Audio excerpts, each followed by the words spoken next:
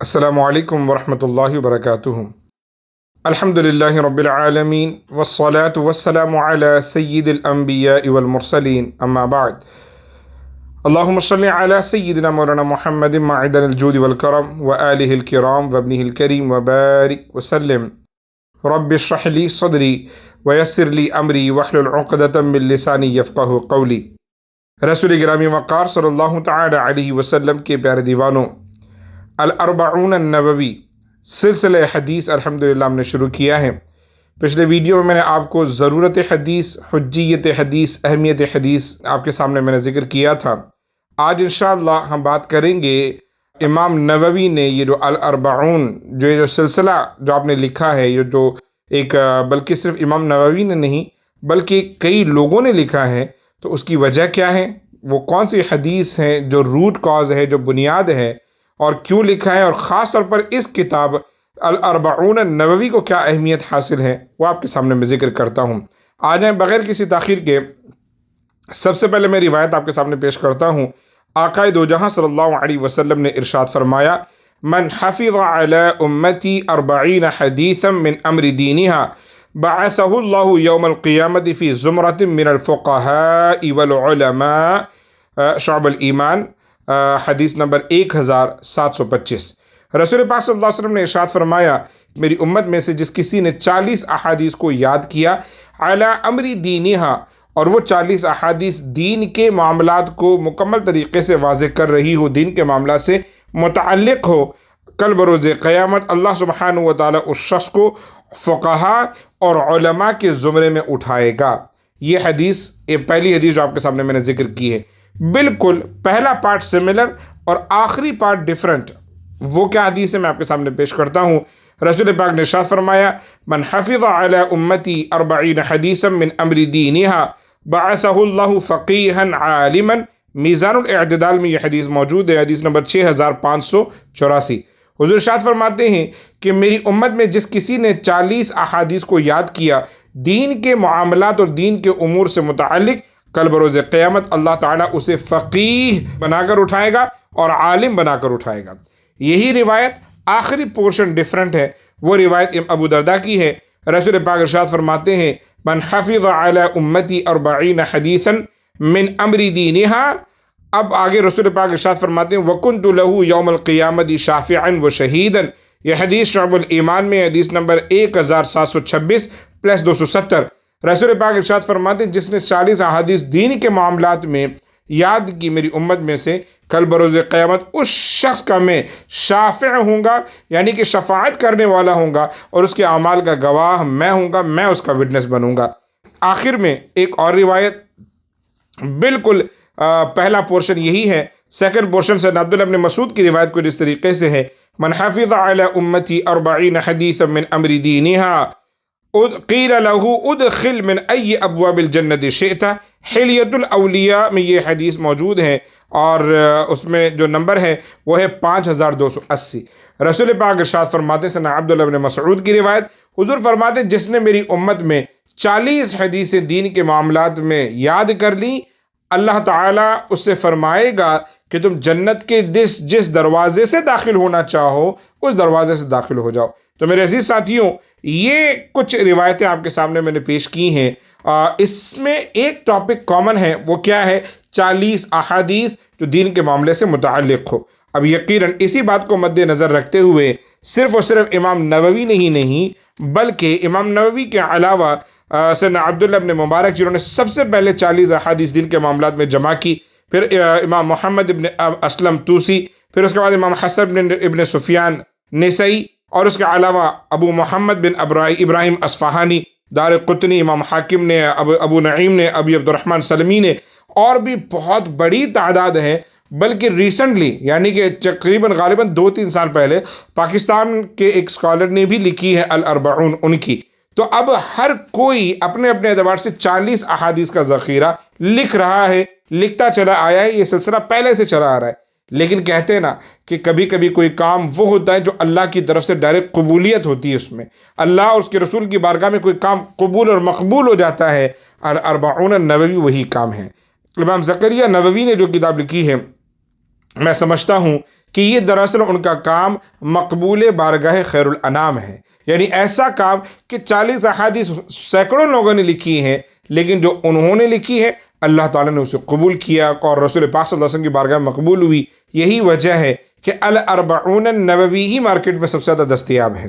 جب بھی آپ کہیں گے الاربعون چاہیے تو سب سے پہلا جو کانسیپٹ آپ کے دماغ میں آتا ہے وہ اسی کتاب کا آتا ہے، کیونکہ اس کی احادیث سب سے زیادہ اوتھینٹک، سب سے زیادہ مختصر، اور میں سمجھتا ہوں جو جملہ تھا علی امر دینہا، یعنی کہ دین کے معاملات سے متعلق، تو میں سمجھتا ہوں کہ یہ چیز جو ہے نا مکمل طریقے سے دین کو شامل کر لیا انہوں نے اپنی 40 احادیث میں، لہٰذا ضرورت ہوتی ہے کہ ہم ان کو یاد بھی کریں، سمجھیں، اور انشاءاللہ جہاں تک ہو سکے اپنے عقیدے کی اسے اصلاح کریں گے، اور جو اعمال کی چیزیں ہوں گی انشاءاللہ الرحمن اس پر ہم عمل کرنے کی کوشش کریں گے۔ تو یہ بیک گراؤنڈ ہوا کیوں الاربعون تشکیل پائی ہے۔ اب بات کرتے ہیں خاص طور پر کون ہیں امام نووی۔ سب سے پہلے میں ان کے نام سے شروعات کرتا ہوں۔ ان کا نام ہے ابو زکریہ محی الدین یحییٰ بن شرف النووی۔ ایکچولی ان کے گاؤں کا نام ہے، آپ شافعی المسلک ہیں، تو اس کی وجہ سے جو ہے نا آپ کا بہت زیادہ کام جو ہے فقہ شافعی میں بھی آپ کو آپ کی کتابوں کے ذریعے سمجھ میں آتا ہے، نظر آتا ہے۔ اور سب سے پہلے ایک اہم بات آپ کے سامنے ذکر کروں، الحمدللہ کوانسیڈنٹلی یہ جو مہینہ اس وقت آپ کے سامنے چل رہا ہے یہ محرم الحرام کا مہینہ ہے، اور محرم الحرام کے درمیانی عشرے کی کسی تاریخ کو وہ پیدا ہوئے ہیں۔ تو الحمدللہ ہمارے لیے بڑی اچھی بات ہے کہ یہ ویڈیوز جو آپ کے سامنے آ رہے ہیں اس کا آغاز ہم کر رہے ہیں محرم الحرام کے درمیانی عشرے سے۔ الحمدللہ یہی وہ عشرہ ہے کہ جس میں آپ کی ولادت ہوئی، اور ولادت سے ہی جو کہتے ہیں نا کہ نظر آ جاتا ہے بالائے سرش زہوش مندی می تافت ستارہ بلندی، کہ بچپن سے ہی کچھ لوگوں کے سروں پر جو ہے نا ستارہ بلندی جو ہے وہ نظر آتا ہے، کہ ان کی قسمت میں، ان کے مقدر میں رفعتیں بلندیاں لکھی ہوئی ہیں۔ کہتے ہیں شیخ یاسین یوسف مراکشی علیہ رحمہ کہتے ہیں کہ میں نے سب سے پہلے یحییٰ بن شرف نووی کو 9 سال کی عمر میں دیکھا، اس حال میں کہ وہ ایک طرف سائیڈ میں کھڑے تھے اور کچھ دوسرے ان کے دوست انہیں کھیلنے کے لیے بلا رہے تھے۔ آپ نے کہا کہ نہیں مجھے نہیں پسند، پھر ان کے دوستوں نے جب زبردستی کی تو ان دوستوں کی اس چیز سے بچنے کے لیے انہوں نے بلند آواز سے قرآن کی تلاوت شروع کر دی، جو حدیث جو آیتیں ان کو یاد تھی وہ آیتیں پڑھنے لگے۔ تو میں نے پوچھا اس کا استاذ کون، اس کا والد کون ہے؟ لوگوں نے بتایا، میں ان کے گھر گیا اور میں نے کہا کہ ان پر محنت کریں۔ میں نے آج جو چیز دیکھی ہے میرا دل کہتا ہے کہ یہ بچہ بڑا ہو کر آگے بہت دین کا کام کرے گا۔ تو وہ جو استاذ تھے انہوں نے کہا کہ کیا تم نجومی ہو، یعنی کہ کیا فیوچر فارچون ٹیلر ہو؟ انہوں نے کہا نہیں دیکھیں میں کوئی نجومی نہیں ہوں، بس یہ مجھے ایسا لگتا ہے اسے دیکھ کر کہ انشاءاللہ آگے اس سے کوئی بڑا کام ہونے والا ہے، اور یہی ہوا۔ آپ دمشق گئے، وہاں پر تقریباً آپ نے 12 مختلف علوم و فنون میں علم دین حاصل کیا۔ آپ بچپن سے ہی، جوانی سے ہی، لڑکپن سے ہی متقی اور پرہیزگار رہے، بلکہ آپ کے ساتھی ذکر کرتے ہیں کہ ہم نے کبھی نہیں دیکھا انہیں برف کا پانی پیتے ہوئے۔ حالانکہ پانی آپ کو معلوم ہے کہ گرمیوں کے موسم ہو، خاص طور پر آپ کو ضرورت ہوتی ہے ٹھنڈا پینا چاہتے ہیں، کہتے ہیں کہ ہم نے انہیں کبھی ٹھنڈا پانی تک نہیں پیتے ہوئے دیکھا۔ سادہ زندگی، سادہ لباس، بلکہ دمشق میں بڑے اچھے باغات ہوا کرتے تھے، ان سے پھل گر جایا کرتے تھے، اور یہ بڑا کامن مشغلہ تھا کہ لوگ وہ پھل اٹھا کر کھاتے تھے۔ ہم جب بھی انہیں کہتے کہ تم بھی کھاؤ، امام نووی کہتے ہیں کہ نہیں میں کسی کی اجازت کے بغیر پھل نہیں کھاتا۔ لوگ کہتے تھے کہ دیکھیں اجازت تو ان کی ہے کیونکہ یہ پھل ان کے درخت سے گر گیا ہے، کوئی دیکھے گا تو اعتراض نہیں کرے گا، لیکن آپ کہتے ہیں نہیں، میں جب تک مالک کی جس کا درخت ہے بھلے ہی ٹوٹ گیا ہو اس کی اجازت نہیں ہوگی تب تک میں کسی پھل کو ہاتھ نہیں لگاؤں گا۔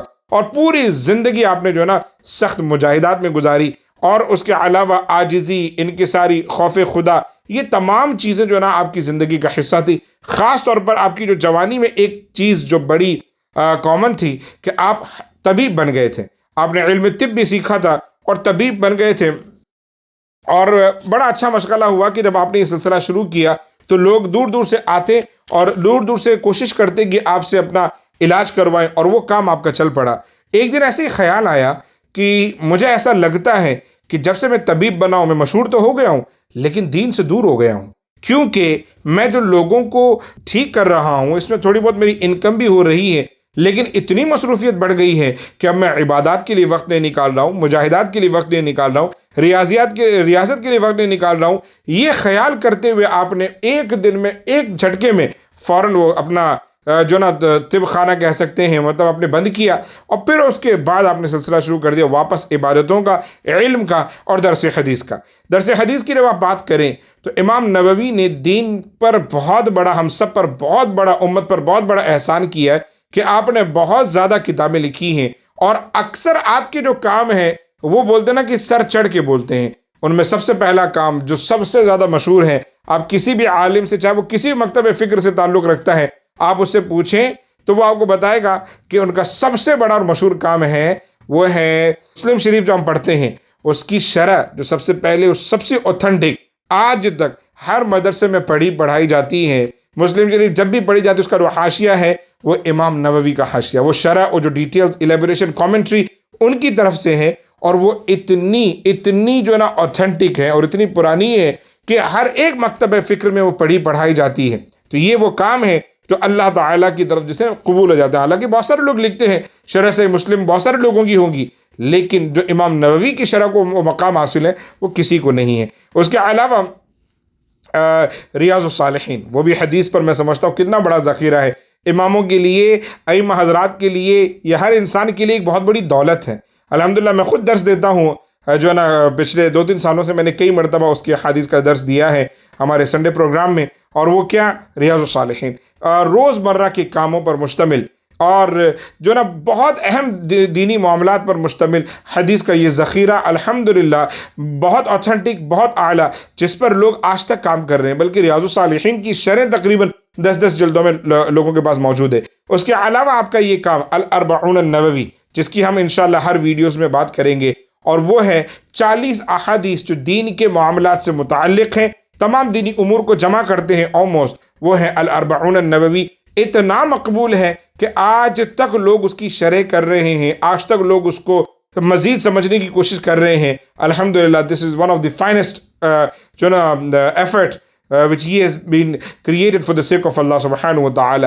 اور اس کے علاوہ ایک اور کام جو بہت زیادہ مشہور ہے وہ ہے الاذکار، روزمرہ کی دعائیں، روزمرہ کی معمولات، عبادات پر مشتمل، ان کا جو نا وظائف پر مشتمل ایک کتاب ہے، وہ بھی الحمدللہ اپنی کامیابی خود بخود جو نا بولتی ہے۔ الحمدللہ بہت مشہور ہے مارکیٹ میں یہ 2 کتابیں۔ میرے عزیز ساتھیوں، آپ شافعی المسلک تھے، اور اسی لیے درس حدیث میں آپ کا وہ جو عنصر ہے نا وہ نظر آتا ہے۔ الحمدللہ میں کوشش کروں گا انشاءاللہ کہ ہم بات کریں مزید زیادہ سے زیادہ احادیث کے متعلق، میں کوشش کروں گا انشاءاللہ آپ کے سامنے بہت وضاحت اور ڈیٹیل میں آپ کے سامنے یہ باتیں رکھوں۔ اللہ رب العزت ہم سب کو ان بزرگان دین کی کاوشوں کو سمجھنے، پڑھنے کی توفیق عطا فرمائے۔ انشاءاللہ اگلے ویڈیو سے ہم بات کریں گے حدیث نمبر 1 آنورڈز انشاءاللہ، اور وہ تمام احادیث جو آپ نے جمع کی ہیں انشاءاللہ اس پر بات کریں گے۔ دعا گو ہوں اللہ تعالیٰ مجھے حق کہنے، آپ سب کو حق سننے، اور ہم سب کو مل کر اس پر عمل پیرا ہونے کی توفیق عطا فرمائے۔ جزاک اللہ خیر۔ کسی بھی طریقے کا کویشچن، سوال ہو، میں ہمیشہ ریکویسٹ کرتا ہوں کامنٹ باکس میں آپ ضرور لکھیں، کسی بھی طریقے کی کوئی سجیشن ہو تو بھی لکھیں، تاکہ انشاءاللہ ہم آگے آنے والی ویڈیوز میں انشاءاللہ اس پر بات کر سکیں، اس کی اصلاح کریں۔ جزاک اللہ خیر۔ السلام علیکم ورحمۃ اللہ وبرکاتہ۔ اور محترم ساتھیوں، آخر میں آپ سے سب سے اہم گزارش ہے کہ جو ویڈیوز ہمارے پہلے اپلوڈ ہو چکے ہیں انہیں دیکھنے کے لیے آپ یہاں پہ کلک کریں، اور جو ویڈیوز ہمارے لیٹسٹ اب آنے والے ہیں ان کے لیے آپ SDI چینل کو سبسکرائب کریں، بیل آئیکن کو دبائیں، لائک کریں، شیئر کریں، اور سب سے اہم بات کامنٹس کریں، سبحان اللہ، ماشاء اللہ کے ذریعے ہمارا حوصلہ بڑھائیں، اور آپ کی کسی بھی طریقے کے سوالات ہوں وہ بھی کامنٹ سیکشن میں ڈالیں، ہم انشاءاللہ انہیں ایڈریس کریں گے۔ جزاک اللہ خیر۔ السلام علیکم ورحمۃ اللہ وبرکاتہ۔